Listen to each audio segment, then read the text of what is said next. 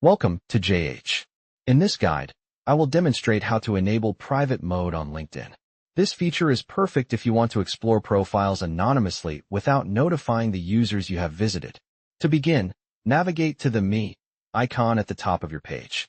From the drop-down menu, select Settings and Privacy. Once the new page loads, look for the Visibility section on the left-hand side and click it.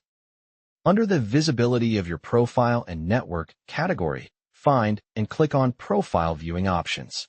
You will see three distinct settings for how you appear to others. The first displays your full name and headline. The second shows only general professional characteristics. The third option is Private Mode, which is what we are looking for. Select this to become completely anonymous. Your preferences are updated automatically. You can verify this by returning to the visibility settings where you will see Private Mode is now active. It is a straightforward process to protect your browsing privacy.